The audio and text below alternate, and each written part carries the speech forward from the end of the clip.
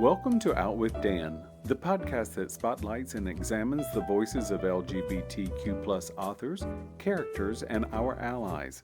Together, we lift our voices and we tell our stories. I'm Dan White. Join me as I chat with this week's author.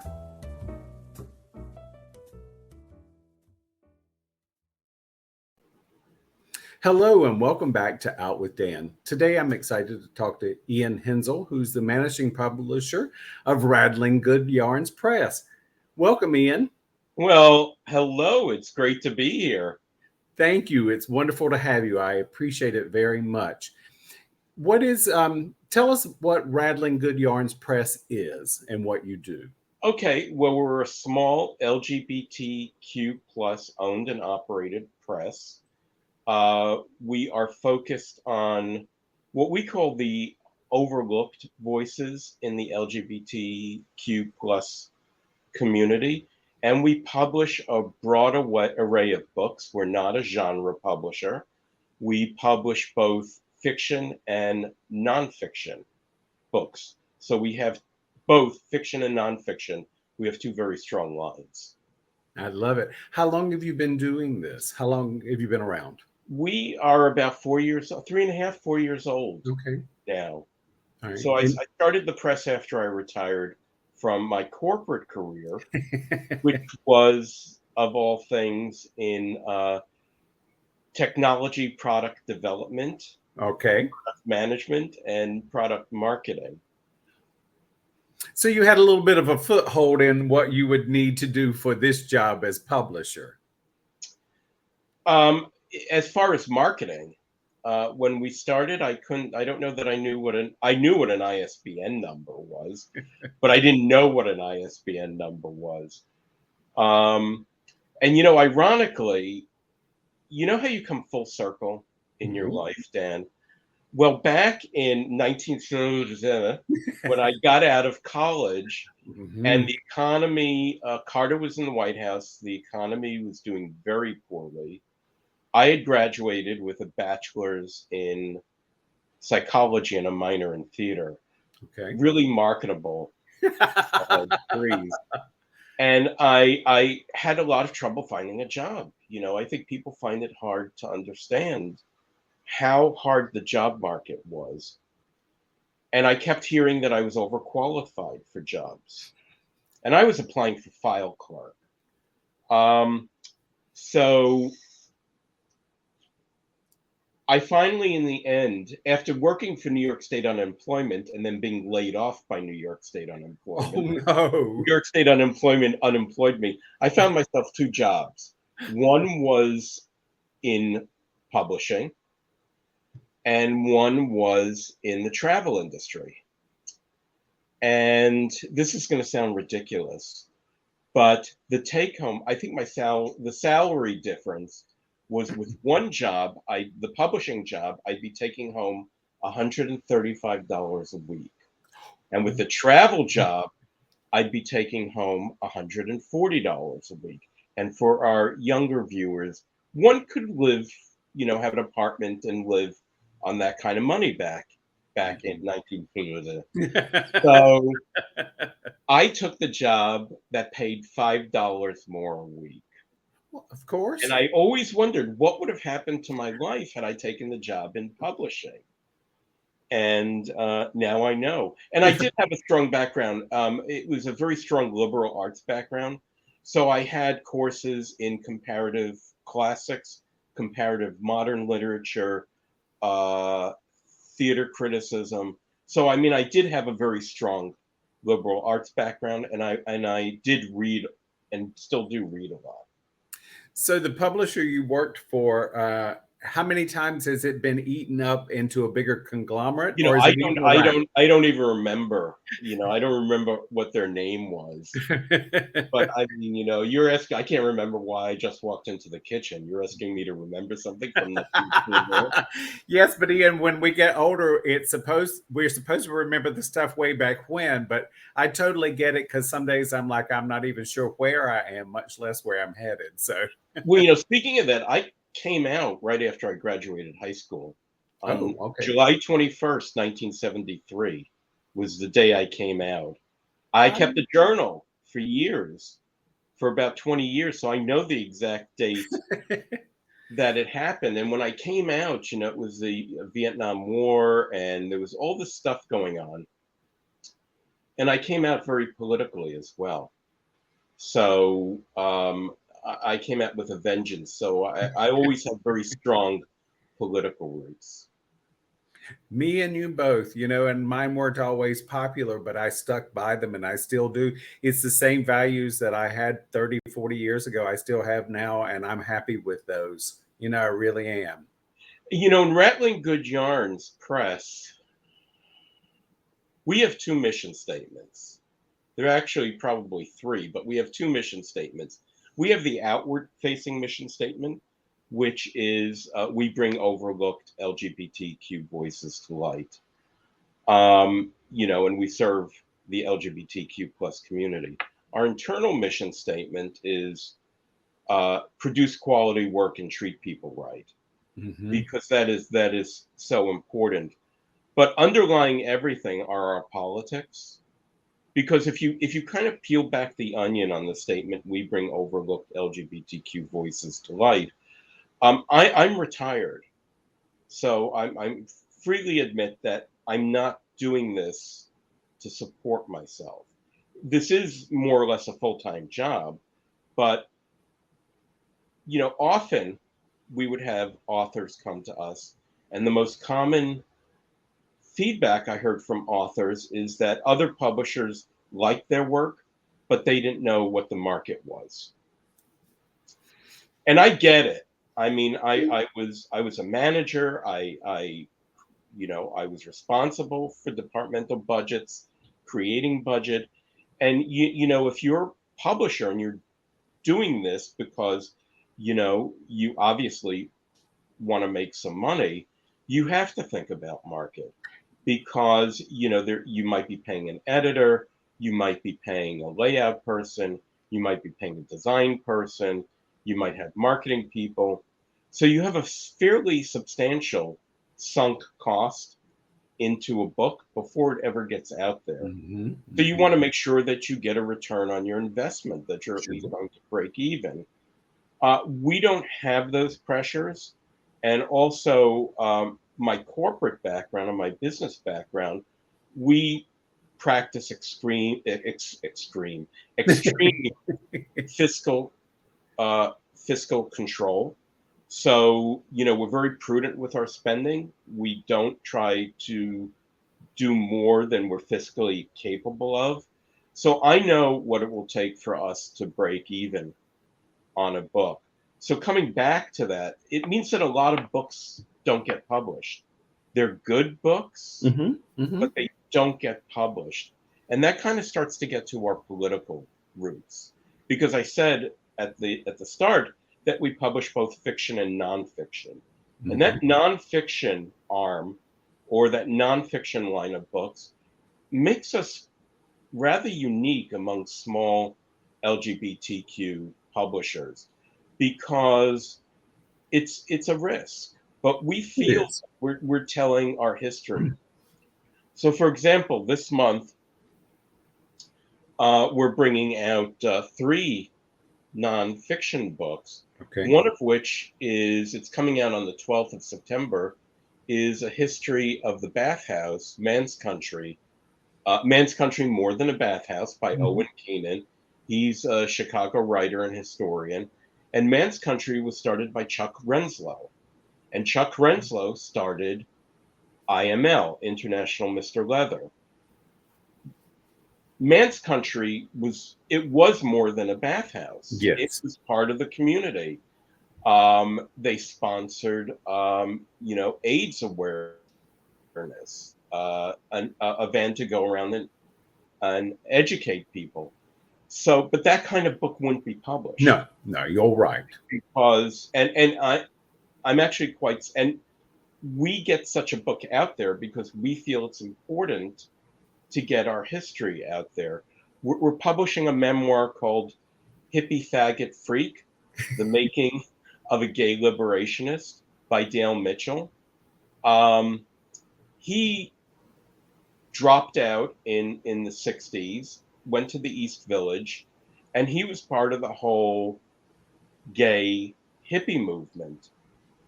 He lived with Lou Reed's ex-boyfriend, Lou Reed of the Velvet Underground. Mm-hmm. He used to go shoplifting with Holly Woodlawn, who was one of Andy Warhol's superstars. He also used to go to the Stonewall, and he was at the riots for 2 nights. Wow. And I mean, so he paints this whole picture of life and what it was like then. Well, that wouldn't get out there. No. And then finally, we have a book that's going to be what I consider a crossover book. It's by Ross Terrell, who many people may not know who he is now, but he was once upon a time, he was all over television. He was a Harvard professor, and he wrote a series of art. He was a China expert, and he wrote a series of articles about China that Henry Kissinger used as briefing material for Wow. Richard Nixon for the historic trip to China. When Walter Cronkite was on the ground in China, Ross was in the studio providing color commentary. Wow. He wrote all these books. He advised senators, congressmen. He was friends with Rupert Murdoch. What nobody knew was that he was gay, and for over 40 years he kept, shall we say, a rather intimate diary. And we're publishing that. Oh, I love that. So those are the sorts of things that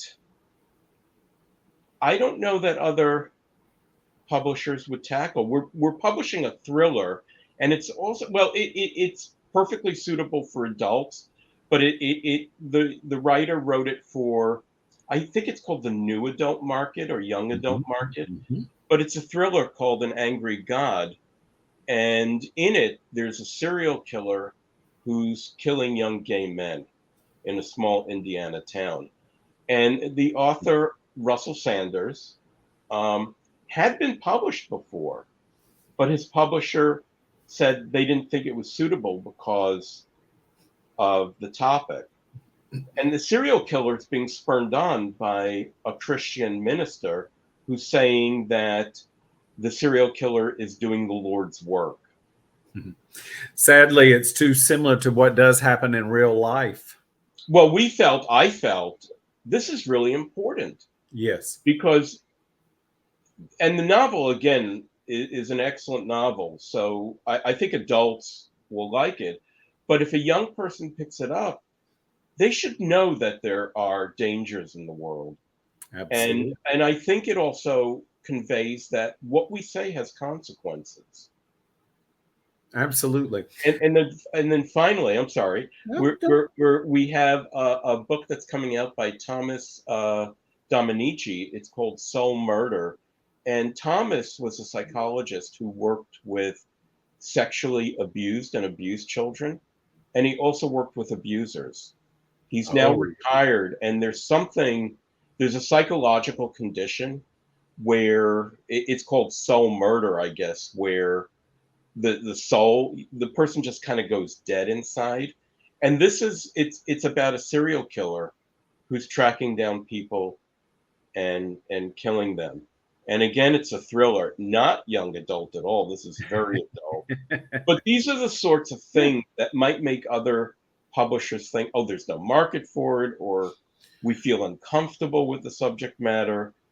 And those are the sorts of things that we feel compelled to bring out there, because when you say, I understand the pressures of marketing and the pressures of sales, but when you say there's no market for that, in a way, that's censorship. I agree. And I just returned from VoucherCon, which was in San Diego. And one thing I heard from what I might call some authors who are not #1 bestsellers on every list, or who can't pay their way to the top. One of the things I heard from several authors, whether they were in the LGBTQ family or not, was that they felt unheard. And that seems to be something that Rattling Good Yarns Press is doing, and the fact that you're hearing these voices and you're saying, let's give them a chance, because all our history has to be out there, whether it's nonfiction, whether it's fiction. If we're not represented somewhere, then we fail, I think. And I think that's one of the things that you're doing as a publisher that's really admirable. Well, I think one of the most, and it's something we don't talk about in the community, but it's something I see one of the most overlooked voices is that of older Yes. LGBTQ people. Older voices are not cool. No. It tends to be young people, Mm-hmm. and so for some reason, because older voices are so overlooked, we get a lot of those authors. They tend to gravitate towards us. I think we're doing really very important work. And something I'd like to mention, Dan, because people may not know this, and it's a question I get asked, is whether we charge authors. Because there are hybrid publishers where the author bears some of the brunt. We are not that. Okay. We're a traditional publisher. So we do not charge the authors. We pay authors royalties on book sales. That's amazing. I love that. And do you work very closely with them on their social media presence, or is that something they do on their own? Is because I think that that's one of the things that I find, no matter who the author is, that some are really, really good at it and some struggle at it. So as a publisher, where do you fall in that, or does that affect you at all? Well, we're very small, so we're very small. As I said, we publish fiscal conservative. We were very fiscally conservative. So, advertising, so an ad might cost $450 Okay. per book. Royalty for a book, the margin left over might be $5-6 per book, and half of that goes to the author. So if you think about, maybe you're dealing with $2.50, $3 a book, doing the math, you have to sell a lot of copies. Sure. And so we try to use very effective means and cost-effective means. So we have a YouTube channel. We are the only publisher I know of that with every book, we create a book trailer. I love it. I love it. And mind you, this is just maybe, I didn't know any better. And I thought, I'll create book trailers. And another author that we have told us, usually the author pays for that. And, they go to somebody to do a book trailer, and they pay anywhere between $2,000 and $3,000 for a book trailer. We do that as a matter of course. And a strength is that I've edited many of these books. So I know these books intimately. I'm not somebody that puts together cookie cutter videos. I know the message that needs to get across. So we really know how to tailor it. We do give our authors, social media assets, videos, and I will consult with them. We will put together a marketing plan, but they also share in having to promote their book, because we have limited reach. And at the Saints and Sinners Festival, I talked to one famous author who told me that, his big publisher doesn't do much promotion. So unless you're a famous author where your name has a draw, you really have to get out there. And all of our books are wonderful. And authors have egos. Yeah. And it's sometimes very hard to step outside themselves. Sure. Because they think, well, I wrote this, and of course it's just going to fly off the shelves. And there are no, that I know of, LGBTQ bookstores anymore. I don't think so. And bookstores, if they have a section, it's very small. Think of the thousands of books that come out, LGBTQ books that come out every year. So we try to use our most effective means to get the word out there. Well, and I did meet you and Suki at Saints and Sinners in March, and I know that you participate with them and you buy ads with them, which is wonderful because I love the festival. I love what you guys do there. It's important, and it's a part of the Tennessee Williams Literary Festival, and it's a rocking good time. Well, we always take out an ad because I feel they do such good work, Saints and Sinners. It's our way of supporting them. I And agree and that and 100%. that's an ad that we take out not because I think, oh, we're going to sell all these books.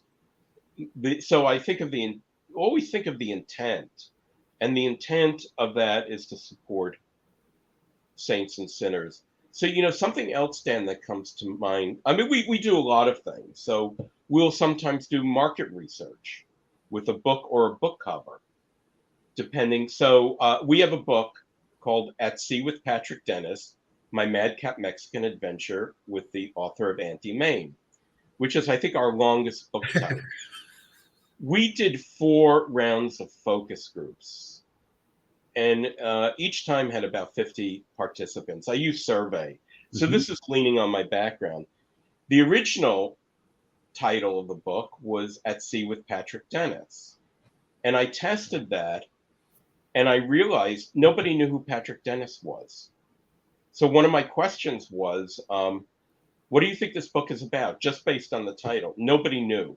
It took several iterations, several rounds to come up with a title that people saw the title and they knew what it's about. We'll also test covers. So some of our book covers have been controversial, but we're now testing. And when I test book covers, I'll ask, just based on no text, just the image, what do you think this book is about? An important question I also ask is which cover makes you want to read this book?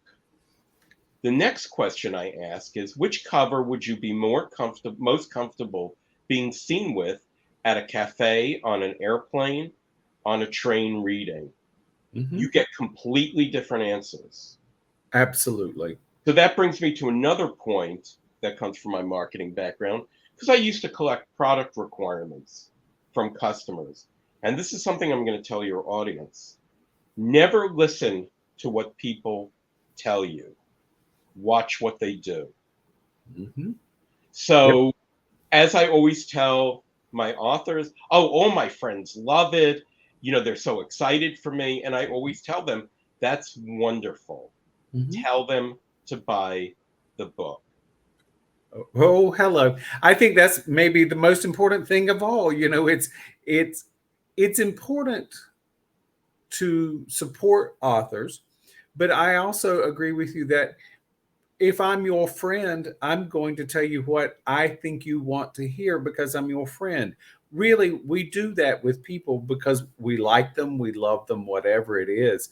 The proof is in the pudding when you buy it or when you promote it or when you share it, because those are the things that means you really did enjoy it. If I read something that appealed only to me and it won't appeal to any of my friends, then I'm probably not going to share it. But if I find something I like, I'm willing to share it with everyone because I want them to experience the same fun. Or if it's a thriller, it scared the bejesus out of me. I want my friends to share in that. So it's important because it is, and it's a community. We're in this together. And supporting small publishers, Yes, absolutely. because if Rattling Good Yarns Press wasn't here, the books that we have wouldn't be here. So you really need to vote with your dollars. Yes. And I don't care who the author is. And I am more concerned with small press, but you need to vote with your dollars. If Absolutely. you want LGBTQ voices to be out there, vote with your dollars. Talk is wonderful and support is wonderful. What you do is much more important. Um, so I really encourage people to buy these books. And another thing unique about, and it was a couple of years ago, Dan, at Saints and Sinners, I was on a small publisher panel, and somebody from the audience asked, do you only publish LGBTQ plus authors? And the other publisher said, oh, I don't ask, for their gay card. And I said, I do.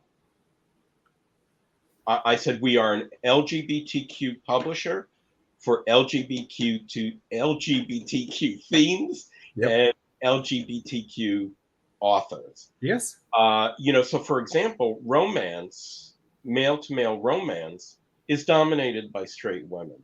Yes. And there are publishers that do that and publish that, and that's not us. Mm-mm.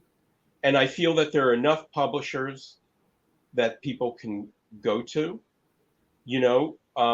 We're very focused, and it kind of comes back to our political underpinnings. I love that. And if someone wanted to submit a work to your publishing house, can they do that unsolicited, or how does that work? We do take unsolicited submissions. There is on our website, there is a submissions link.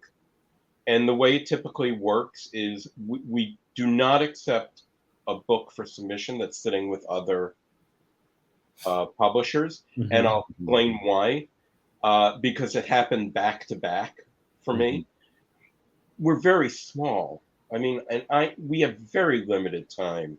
And when I read a full novel, I really read it and I invest time in it.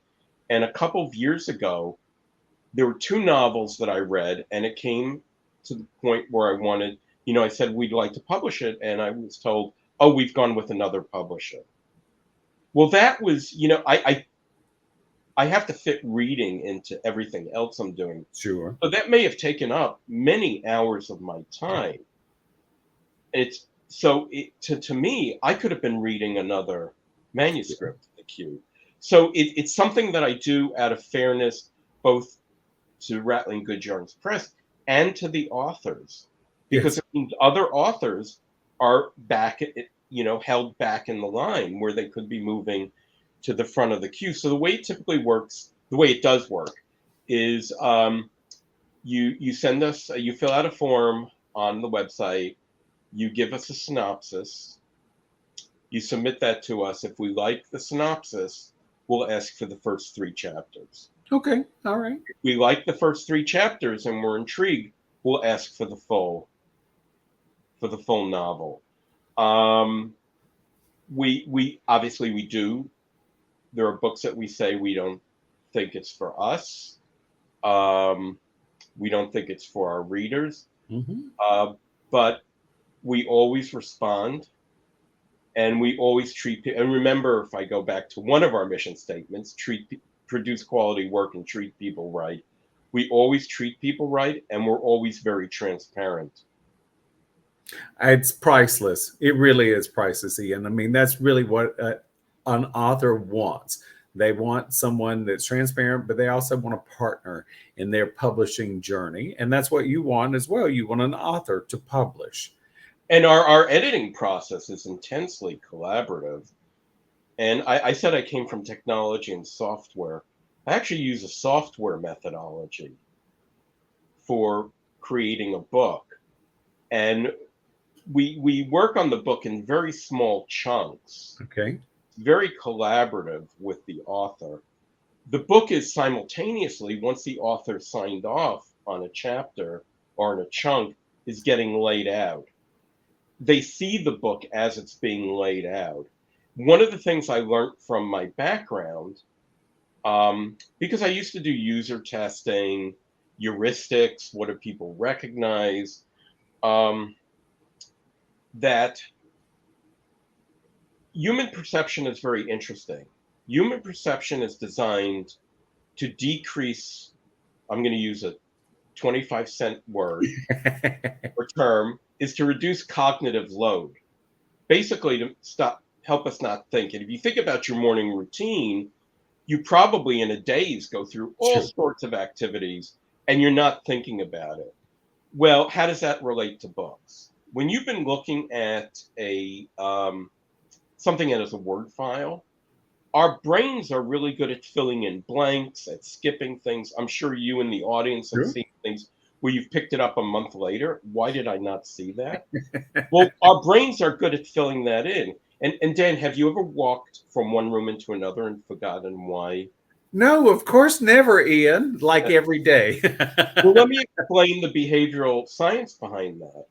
The act of moving from one room kind of presses a little bit of a little reset button in our brains. So what I found is as the fidelity of the book changes, as we go from a document to a laid out PDF where it has a higher fidelity, the author suddenly sees things that they never saw before. So our process is meant to be very efficient and flush out errors. And the other part is we can never pay attention to too much. Hence, we work on little chunks at a time. So the process is designed to be it's a efficient process, and it drives out errors and any changes that the author wants to make along the way. That's very interesting. That's something, for those of us who read and aren't in the publishing world, we don't always think about what goes on with that. I mean, I hear authors saying, the editor had this and that and the other, but I don't really think of exactly how it works. So that's extraordinarily interesting. I'd like it. Well, I'm a developmental editor. I've just learned that. Another publisher, a friend of mine, told me, "You're a developmental editor." I don't know. I just edit.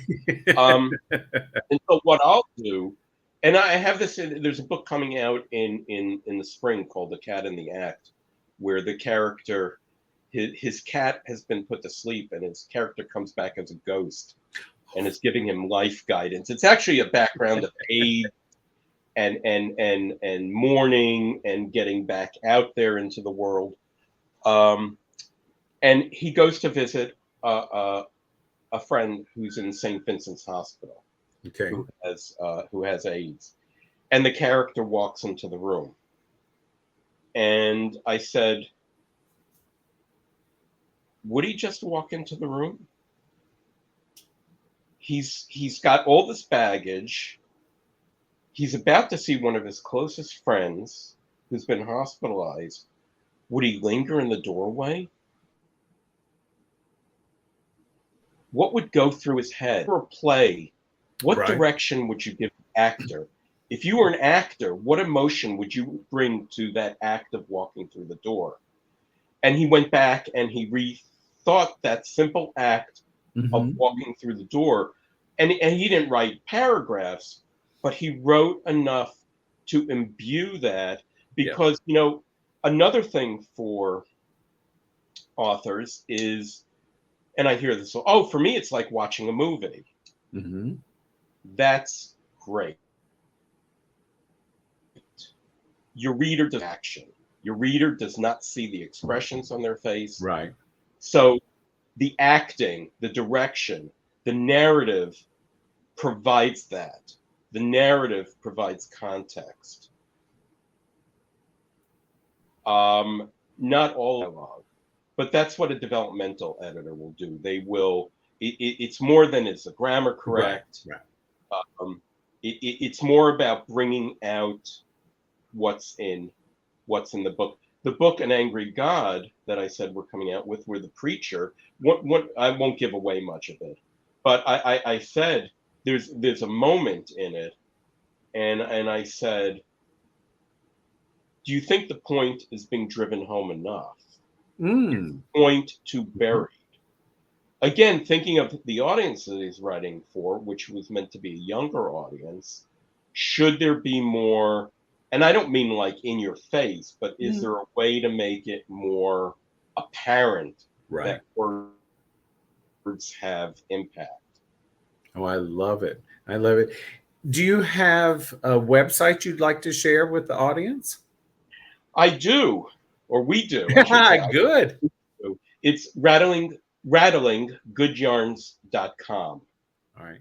So that's RATTLINGGOODYARNS And a rattling good yarn is a British expression for something that's really a good story. I love it. And you do produce good stories. We have a YouTube channel also under rattlinggoodярns.com. Perfect. We have a Facebook page also under rattlinggoodярns.com. And we have Instagram. Perfect. We will definitely be able to find you and all of your works. Thank you so much, Ian, for being Well, with thank me. you so much, Dan. And while we're talking about good work, you're doing good work. Thank you. Because there are those that would want to silence us. As we know, with the political climate, there are those who want us to go back in the closet, those who want us to disappear, and those who want to silence us. So I'm going to go back to my early roots. I went in the 70s to a workshop that was being held by a community group in the Village in New York, and it was about being safe on the streets. Mm-hmm. Something has really struck me that has stuck with me then. They said if you're ever walking down the street and you don't feel safe, run out into the middle of the street, run into the gutter, start screaming, start waving your hands, make as much noise as possible. Well, we've got these people who want to silence us, and they're stalking us. Yes. They're hunting for us. We need to run out in the middle of the street and make as much noise as possible. And Dan, you're one of the people doing that. Thank you so much, Ian. So are you. I think we make a good team, you and I, and all of our friends. We have to stick together, and none of us are going to be silenced. No. Perfect. Thank you so much, Ian. Hang on for me just a second. Thank you for joining me for this week's episode of Out with Dan. You can find more information about this podcast and its host at OutWithDan.com, on Twitter at OutWithDan, and on Instagram and Facebook at GoOutWithDan. This podcast is hosted by Authors on the Air Global Radio Network, and the theme music is provided by bensound.com. Join us again soon for the next episode of Out with Dan.